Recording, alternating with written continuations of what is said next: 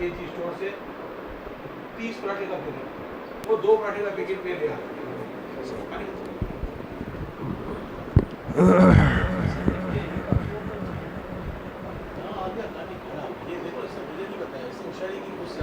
اعوذ باللہ من الشیطان الرجیم، بسم اللہ الرحمن الرحیم.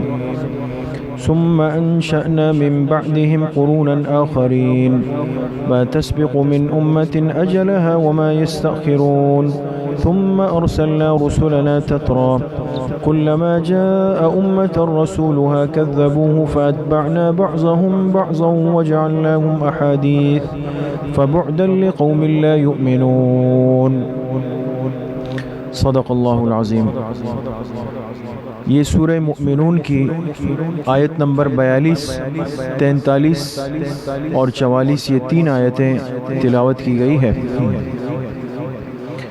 گزشتہ کل کے درس میں یہ بات چل رہی تھی کہ اللہ پاک نے اس کائنات کو بنانے کے بعد اور انسانیت کو تخلیق کرنے کے بعد پھر انسان کو بے آسرا نہیں چھوڑا، بلکہ اس انسان پر اللہ پاک نے مہربانی فرمائی، رحم اور کرم فرمایا، اور اس کی جسمانی ضروریات کو پورا کرنے کے لیے اللہ پاک نے باقاعدہ ایک پورا انتظام اور ترتیب چلائی. اس کا تذکرہ سورہ مومنون کے شروع میں گزرا.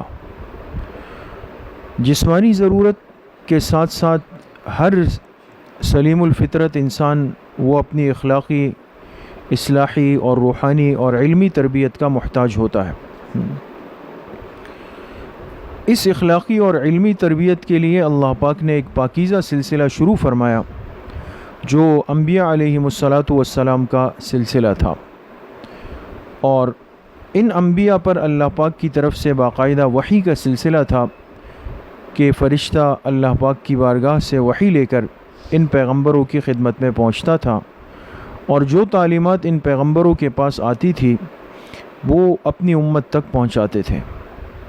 لیکن جیسے یہ بات بار بار گزری کہ تقریباً ہر امت نے اپنے پیغمبر کی ناقدری کی، اور وہ تعلیمات جو ان پر وحی کے ذریعے سے اتاری گئی ان تعلیمات کا نہ صرف انکار کیا بلکہ ان کو جھٹلایا اور اس کا استہزاء یعنی مذاق اڑایا.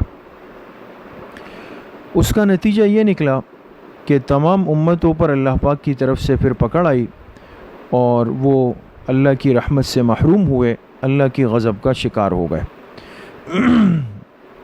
گزشتہ کل کے درس میں حضرت ہود علیہ السلام یا حضرت صالح علیہ السلام کی قوم کا تذکرہ گزرا تھا، اور اس مناسبت سے کچھ بات عرض کی تھی کہ اگر اس امت نے انبیاء کی تعلیمات کی ناقدری کی، اور جو انبیاء کے ورثہ ہیں یعنی جو علماء ربانیین ہیں، اہل اللہ ہے، نیک لوگ ہیں، اگر ان کی ناقدری کی تو یہ بھی اللہ پاک کی پکڑ کے اندر آئیں گے.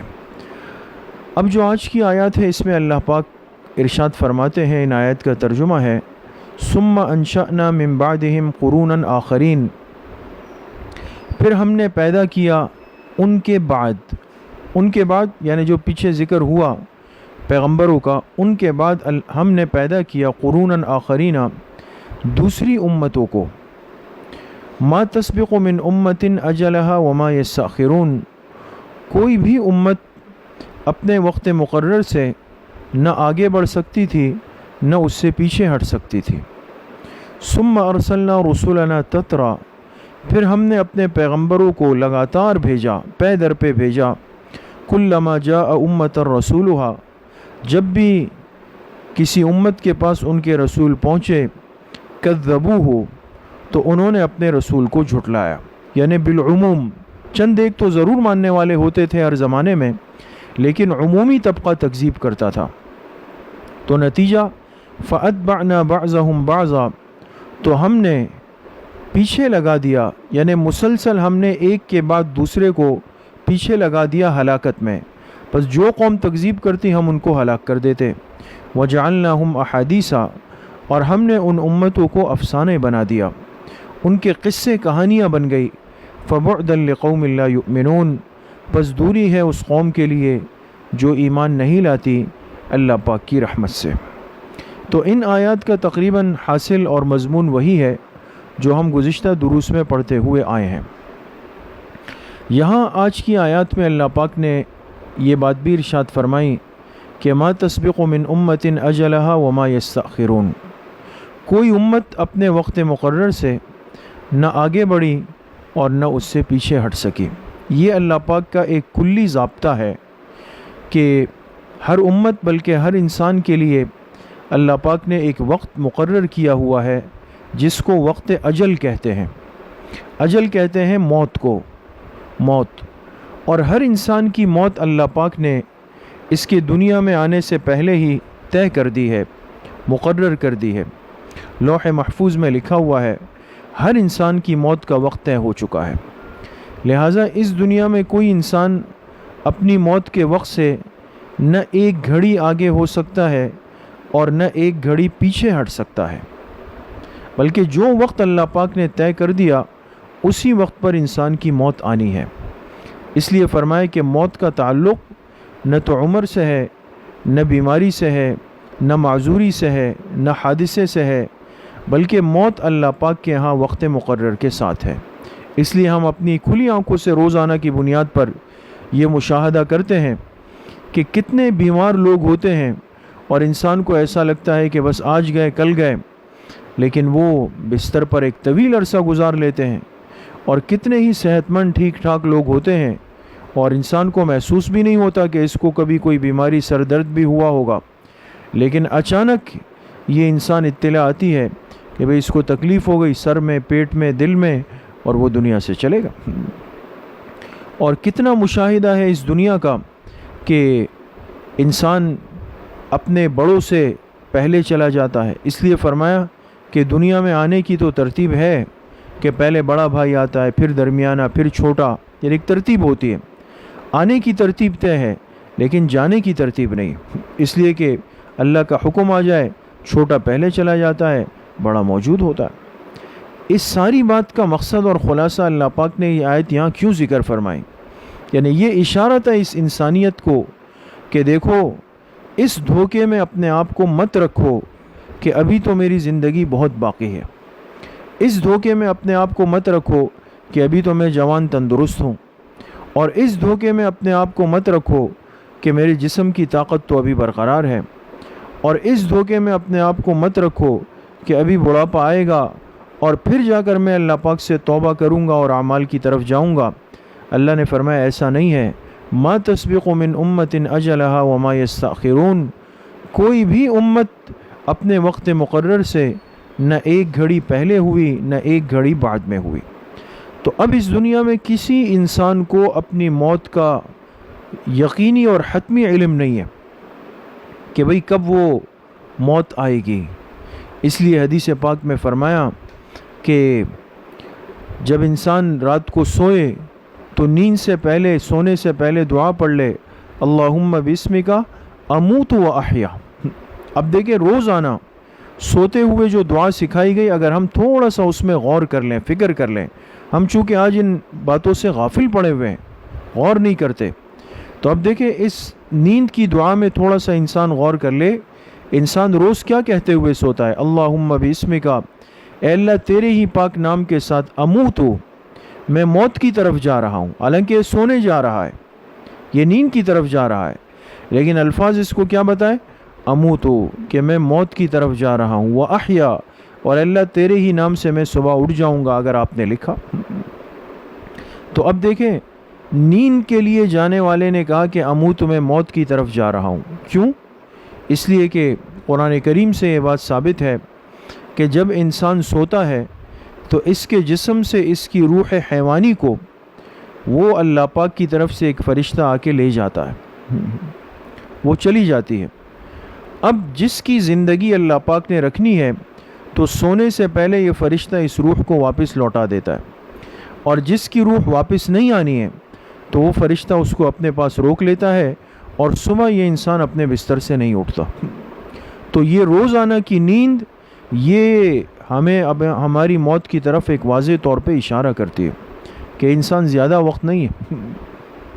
اور پھر جب انسان صبح اٹھتا ہے تو پھر کیا دعا سکھائی، الحمدللہ الذی احیانا بعدما اماتنا، تمام تعریف اس ذات کے لیے ہے جس نے مجھے حیات دی میری موت کے بعد۔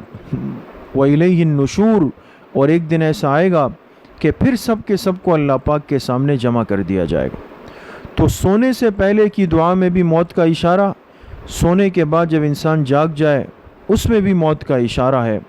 تو انسان کو یہ سبق دیا، پیغام دیا کہ کسی بھی وقت موت آ سکتی ہے، اس سے اپنے آپ کو غافل مت رکھو، بلکہ اس کی تیاری بھرپور رکھو۔ اور موت کی تیاری کیا ہے؟ انبیاء علیہم السلام کے لائے ہوئے تعلیمات کو، ان کے احکامات کو، ان کی فکر کو یہ انسان قبول کر لے، اس کو انسان اختیار کر لے۔ اور اس امت پر تو اللہ کی اتنی مہربانی ہے کہ اپنے سب سے محبوب پیغمبر جناب رسول اللہ صلی اللہ علیہ وسلم کو اس امت میں مبعوث فرمایا۔ آپ کی تعلیمات، آپ کے احکامات یہ قیامت تک کے آنے والی امت کے لیے ایک زندہ تعلیمات ہے۔ اگر آج تھوڑی سی انسان محنت کر لے اور اپنی زندگی کو اتباع سنت پر لے آئے، اتباع سنت اگر یہ ہماری زندگی بن جائے تو یاد رکھیں اس سے بڑی سعادت، اس سے بڑی خوش نصیبی کسی بھی انسان کی نہیں ہو سکتی۔ اگر ایک انسان کے پاس سب کچھ ہے لیکن اتباع سنت نہیں ہے، یہ حضور علیہ السلام کے طریقے سے دور ہے، یہ دنیا کا سب سے بڑا ناکام ترین انسان ہے۔ اور اگر ایک انسان کے پاس حضور علیہ السلام کے طریقوں کی اتباع ہے، اتباع سنت ہے، چاہے پھر دنیا کے مال و اسباب، آرائش و آسائش، یہ نعم و حشم کچھ بھی نہ ہو، لیکن یہ اللہ کی نگاہ میں ایک کامیاب ترین انسان ہے۔ تو اس لیے آنے والی موت سے پہلے ہم اس مرحلے کی تیاری کر لیں اور اپنے آپ کو تیار کر لیں۔ موت تو آنی ہے، آج ایک ماحول بن گیا، ایک فضا بن گئی کہ بھئی وائرس ہے، اس سے موت آ جائے گی۔ تو اس امت کو تو بہرحال پریشان نہیں ہونا چاہیے، اس لیے کہ ہمارا تو عقیدہ ایمان ہے کہ اس زندگی کا ایک دن اختتام ہے، اور وہ کس دن ہے یہ بھی کسی کو نہیں پتہ۔ تو انسان اگر اس لیے ڈرے کہ بھئی میں مر نہ جاؤں تو یہ تو غلط جا رہا ہے، اس لیے کہ مرنا تو بہر صورت ہے، اور اسی وقت ہے جس وقت اللہ پاک نے مقرر کر رکھا ہے، جس وقت اللہ نے لکھا ہوا ہے۔ اللہ کا حکم ہو، چاہے انسان کتنے اپنے لیے حفاظت کے اسباب اور وسائل اور ترتیبیں اختیار کر لے، لیکن موت کا اگر وقت آ جائے تو ضرور جانا ہے۔ اور اگر موت کا وقت نہیں آئے، چاہے کتنی وبائیں پھیل جائے، کتنی بیماریاں پھیل جائے، کتنے خوف کی باتیں، انتشار کی باتیں پھیل جائے، لیکن اگر اللہ نے موت نہیں لکھی تو کوئی موت انسان کو نہیں دے سکتا۔ تو وقت طے نہیں ہے لیکن آنا یقینی ہے۔ تو اس سے پہلے انسان اپنی موت کی تیاری کر لے، اپنے آپ کو اپنے اس قبر کے لیے، آخرت کے لیے پہلے سے بنا لے، اور پہلے سے اللہ پاک سے سچی پکی توبہ کر لے۔ اللہ پاک مجھے بھی آپ سب کو صحیح عمل کی توفیق نصیب فرمائے۔ وآخر دعوانا ان الحمد للہ رب العالمین۔ انشاءاللہ کل بروز اتوار بعد نماز مغرب اصلاحی بیان اور ذکر مراقبے کی مجلس ہوگی آن لائن۔ تمام سامعین و سامعات سے درخواست ہے کہ اہتمام سے وقت نکال کر اس کو سماعت کرے، اس میں شرکت کریں۔ اللہ پاک صحیح عمل کی توفیق نصیب فرمائے۔ الحمدللہ رب العالمین، والصلاة والسلام علی سید الانبیاء والمرسلین سیدنا و مولانا محمد وآلہ واصحابہ اجمعین۔